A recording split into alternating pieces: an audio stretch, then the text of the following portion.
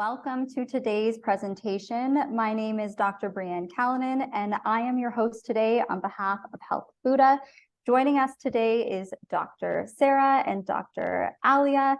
Sarah and Aliyah have been working together for 10 years. Together, they enjoy inspiring and motivating patients to achieve their highest potential. Using continuous glucose monitors has been a game changer for their patients, and Sarah and Aliyah's ultimate goal is to change the world by promoting blood sugar awareness. Sarah has a personal history of gestational diabetes, being diagnosed in her first pregnancy. She advocated for herself and had 3 healthy, unmedicated home births, which is so cool. Aliyah has a strong family history of diabetes and cardiovascular disease. Knowing this, she has taken a proactive approach to learn about her blood sugar triggers and investigating them with her patients and family. Outside of the clinic, you can find these besties bossing life together. So welcome. Thank you so much for joining and sharing your expertise with us today. Thanks for having us. We're Thank really you. excited. Yeah. Let's start off the discussion giving individuals an idea, why is blood sugar so important, and why have you chose to really dive into this with your patients? We just find it's such an important layer of health that people have access to and can understand, and they're really unaware of that it kind of impacts so many levels of their health. So we kind of put it at the center, and we find that it really impacts any kind of inflammation, any aging, any cardiovascular disease, really hormonal health.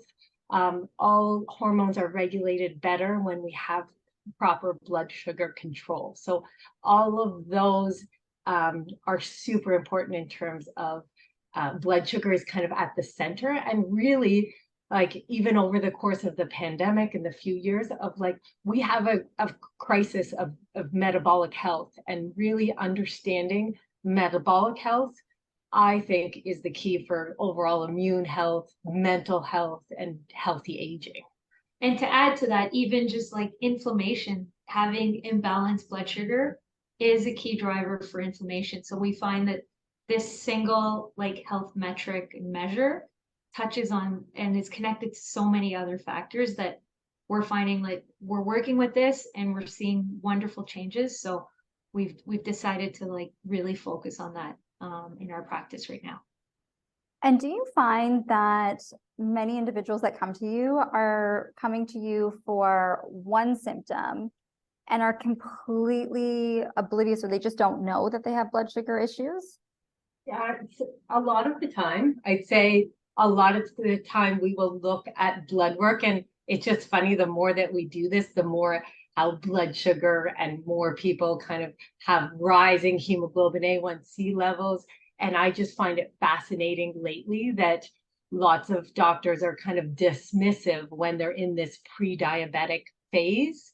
And that's really the place where we can do a lot of education and a lot of kind of them taking control of their health at that time.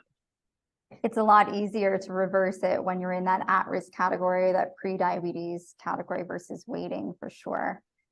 Now, what are some of the symptoms that individuals who are listening today, what are some of the symptoms that they could be looking out for that would suggest that they have some concerns with their blood sugar? So I'd say you're looking at metabolic things that people are feeling. So typically the biggest one is when people are trying to lose weight and they're stuck and they've tried so many other things, we're finding that even just potentially what you're eating and the balance of what you're putting into your system definitely plays a role. We've also found that energy levels are really impacted by your blood sugar and what you're eating. So those, I would say, are big factors. We've even seen changes with hormones, so hormonal health and PMS, hot flashes, even just when women are in perimenopause and they're kind of noticing changes. But working with people, we're already noticing even getting some balance and making some changes right away, they're noticing a difference with their hormonal health picture. Yeah. Is there anything else? I'd say we often talk about kind of these vague symptoms that people think are normal. So getting things like brain fog or headaches or kind of just a roller coaster of energy or cravings, I learned myself that cravings are a huge part of kind of improper blood sugar regulation, and that when you regulate your blood sugar properly, you shouldn't be having these like highs and lows of energy and cravings, and everything will just be kind of a lot more steady in terms of energy levels, in terms of cravings, in terms of all of that, just like kind of optimal brain function too. And how is it that blood sugar plays a role into hormonal health, whether it's somebody who is cycling, a woman that's still cycling versus perimenopause versus males? Like, how is the blood sugar connected to hormones? So we find that blood sugar, when we break it down, it like the key is inflammation, and it's a two-way street with blood sugar and hormones, and having that low level inflammation can affect your hormones downstream and vice versa. So if there are hormonal imbalances, it's going to drive inflammation. So we're finding that we're really honing in and like targeting and figuring out where that lies. And then in terms of hormones, when people are in estrogen deficiency or like naturally perimenopause or PMS, when your estrogen levels are the lowest, you're actually not as insulin sensitive. So it makes it harder for your body to deal with that glucose load in your system. So kind of knowing where you are in that spectrum and strategically working with that through diet and lifestyle can really make a big difference for a lot of people. Yeah, estrogen gets touted as bad a lot of times, but estrogen, yeah, is great in terms of regulating insulin sensitivity. So it's just really interesting that you do need that to help. It does make you a little bit more insulin sensitive. And what are some other things? So it sounds like, of course, diet and lifestyle. We understand diet plays a particular role in your blood sugar. It sounds like hormone fluctuations and hormone changes can make it easier or harder to manage your blood sugar. What else impacts blood sugar beyond those factors? Yeah, so we notice sleep is huge. So even a single night's sleep can throw off your blood sugar for the rest of the day. So it's like, I've personally noticed it myself. Like I hover like a point and a half higher if I've had a bad night of sleep, and that carries over for the rest of the day. Stress levels are huge too, and it's another kind of chicken and egg scenario because cortisol, your kind of body's long-term stress hormone, releases blood sugar, and that actually makes you more insulin resistant as well. So that a lot of people don't realize that cortisol's highest in the morning, and that if you get a big dump of cortisol, that most definitely, we even see people on their charts if they've had like a stressful meeting or a difficult conversation. I even had like a small surgical procedure and my blood sugar was like high for the next like 3 hours. So stress does play a big role in blood sugar too. And then exercise is huge. And exercise is actually really beneficial. So when people are doing like low level, not high intensity, you'll see it'll level it out or bring it down slightly. But if you're doing high intensity workouts, I play ball hockey, for example, I get into the tens easily for that hour, but it comes down very quickly. So that's not a spike that you should necessarily be worrying about, because exercise actually helps improve insulin sensitivity and is so important. And we're learning so much more about it for longevity and so many other health benefits. So seeing spikes like that from exercise or changes is actually beneficial. And that's another factor that will affect your blood sugar readings. We also find the time of day really important, and everyone can kind of look at their own time of day once they kind of understand. But we find that you are more insulin sensitive earlier in the day versus later in the day. So that's why kind of eating your meals earlier, and basically once melatonin starts being produced and past 8 p.m., that will impair your insulin sensitivity as well. So it sounds like if you're having carbohydrates, have them earlier on when you're more sensitive. Exactly. Yeah, you got it. And then another one we've noticed is your microbiome. So a healthy gut flora can actually benefit your blood sugar and how you metabolize your glucose. Yeah. So those are some of the things we've noticed. There's like lots more, but those are the most important ones that come up most of the time. Yeah. And we're talking a lot about spikes and monitoring their blood sugars. For those who are listening, how can individuals take control and take action, and how do they actually monitor this for themselves? Yeah, we have created a group treatment program where we take 10 people on at a time and walk them through 2 sensors and we've been using the Freestyle Libre 2. I have one on right now, and it is a continuous glucose monitor. So it tests your blood sugar in real time every minute of the day. So you can see all of that data. And we just find that gives you way much more information than any kind of one time on a finger stick can give you. So seeing kind of the whole day, the whole 2 weeks as a big picture really allows, and with guidance, we're a big believer in using that information along with a practitioner to really get insight in terms of what all of that information means, because it's a lot of information if you haven't done it or if you're doing it on your own. And so we have people do that in our group treatment program, and it's really fun. The first 2 weeks, we tell people we want them to be curious and we want them to actually like test and see what they're at, because it's been your blood sugar has been happening like this for a long time. So we don't want people to necessarily change things right away. We want them to understand and feel and see how things affect them. And then the second sensor, which is the second 2 weeks, we have them really learn how to kind of how to like flatline and understand how to have less fluctuations in their blood sugar.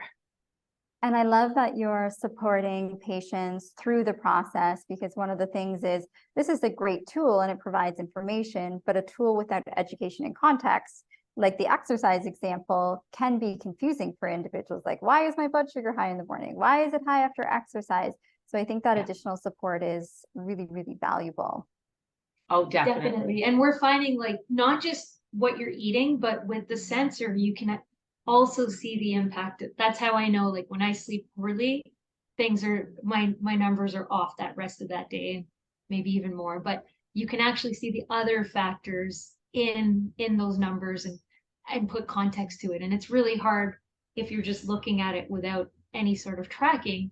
But when you have someone prompting you and asking you and kind of putting in this information, it really builds a complete picture, and you get the full story, versus like when you're doing the glucometers, it's one instant in that time frame, and you can definitely miss like a spike or a low, and it's really hard. How do you know when to check? Whereas this tool tells you for every minute for 2 weeks what's happening. So you're getting the full story rather than like one snapshot, which could be completely misleading, right? And we're also like, we don't want it to be a stressful thing, and we actually don't love the idea of like restrictions of like no grains or nothing ever. And so in our program, we talk a lot about like the order of eating and how to kind of make it so that you still can have some of the foods that you love, or decrease kind of their impact if you say change the order or move after eating it or do other things that really can help and kind of give you that awareness and of things like that make a big difference. I love that. Now, for anybody who is obviously pre-diabetic and diabetic, this is a really great tool and it makes sense. But what about for the individuals who are not pre-diabetic? Can they also benefit from going through this process? Absolutely. Yeah. I think it's another learning tool to optimize your health. And like I said, blood sugar can push inflammation. So if someone's working to optimize their overall health, this is touching so many other factors that it's not just your blood sugar and what you're eating, but so many other things impact your blood sugar. And you can learn like how stress impacts you, how sleep impacts you, how exercise is beneficial. So for me, I think everybody just learning and kind of knowing where you're at in this moment in time can really set up for like your health future, right? Because you know where you stand and you know where you're going and you have an idea of where you're at right now. Yeah, I just really think it's kind of a key insight into like optimal wellness and performance. People don't really realize that like optimal mental health and optimal just like being your best happens in like a good blood sugar regulation place. I love that.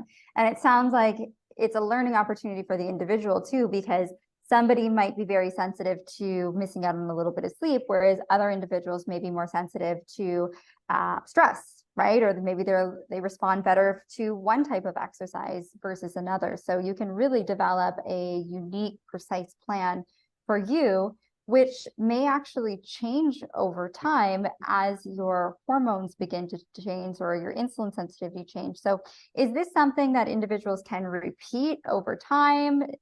How often are you recommending individuals do this process? That's a great question. You know what? We haven't like done too much of like, we just started this year our group treatment program, so we haven't had people repeat it yet. But I do think, especially in times of hormonal fluctuations or anything, like I kind of see it as like we do yearly blood work. Why not do a yearly kind of check-in with kind of 2 weeks of like, where are you? How did you compare to where you were last year? Kind of, I actually think that would be a great thing to do as part of like a regular health maintenance. Yeah, definitely. And I also think like, I've been telling people like, you do this with us and then maybe 3 to 6 months down the line, you just kind of put another sensor on to see like, are you maintaining? It keeps you honest, right? Like, because oftentimes when we don't have something telling us, we don't know. And it's easy to kind of fall back into those patterns. So I think it just keeps you honest and keeps you on track. So definitely like putting a sensor on, even for us, like we find it keeps us super accountable, and it's just like having it makes you want to eat better and like want to see things good. So we find it helpful, right? Definitely. So I think it just keeps you on track, and you can decide on intervals and how much you're enjoying it and what's in your realm. Yeah, it's interesting that most people, like, we're surprised how much people end up liking it. A lot of people end up kind of liking like a it. Game. Exactly. And kind of just getting lots of insights and awareness and accountability with it. Yeah. And how do individuals find you? How do they learn more about the program? How do they register? Yeah. Our website has all of our information, everything, sohealth.ca. And then there's a page just for the blood sugar program on there. We're both on Instagram, so you can definitely check us out on there and send any questions. But all the program information's on our website. So I'd say that's probably the best spot to find us. Fantastic. We're also posting in the comments in the show notes the links to your website as well as your social media, so individuals can go there and follow along. Well, thank you so much for joining today, providing your experience as well as all of your education for viewers that are watching. I appreciate your time, and make sure everybody who's listening to go follow Dr. Sarah and follow Dr. Aliyah. Thanks, guys. Thanks so much.